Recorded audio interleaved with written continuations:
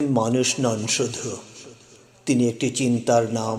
Doctor Mohammad Yunus, Nobel laureate and leader of interim government. কিন্তু তার চেয়েও বড় পরিচয়, তিনি বাংলাদেশের স্বপ্নদ্রষ্টা। যেখানে অনেকেই সীমাবদ্ধতা দেখে, তিনি সেখানে সম্ভাবনার মানচিত্র আঁকেন। তার চিন্তা চেতনা সাধারণের বাইরে।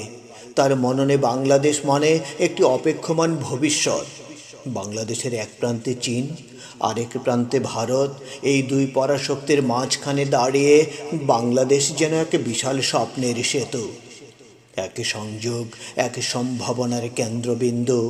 তিনি বিশ্বাস করেন, এ দুই পরাশক্তির সাহচর্যেই বাংলাদেশ এগিয়ে যাবে, স্বাভাবিকভাবেই উন্নতির পথে হাঁটবে। তার চোখে বঙ্গোপসাগর শুধু জলরাশি নয়, এটি নীল স্বপ্নের ভাণ্ডার, একটি বিশাল পর্যটন কেন্দ্র, যেখান থেকে আসবে লক্ষ লক্ষ রেমিটেন্সের স্রোতে ভাসবে অর্থনীতি। আর বিশ্বের মানচিত্রে বাংলাদেশ হবে উজ্জ্বল নাম। তিনি বলেন, বিপুল জনসংখ্যা মানে বোঝা নয়, বিপুল জনসংখ্যা মানেই বিপুল সম্ভাবনা। তরুণরা চাকরির অপেক্ষায় দাঁড়িয়ে থাকবে না, তারা নিজেরাই চাকরির দরজা খুলবে। তিনি তরুণদের চাকরি দিতে চান না, তিনি চান তরুণরাই হোক চাকরির স্রষ্টা, এক সফল উদ্যোক্তা।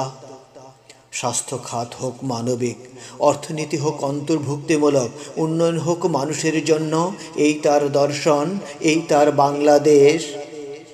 বিদেশের মাটিতে তার গ্রহণযোগ্যতার ক্রাউডেড, কিন্তু তার হৃদয়ের মাটি বাংলাদেশ। এই মাটিতেই তিনি বপন করেছেন স্বপ্ন, এই মাটিতেই তিনি দেখতে চান উন্নত, মর্যাদাবান, আত্মনির্ভর এক রাষ্ট্র। এইসব মিলিয়ে আমরা দেখি সম্ভাবনার বাংলাদেশ, স্বপ্নের বাংলাদেশ, ডক্টর মোহাম্মদ ইউনূসের চোখে দেখা আগামীর বাংলাদেশ।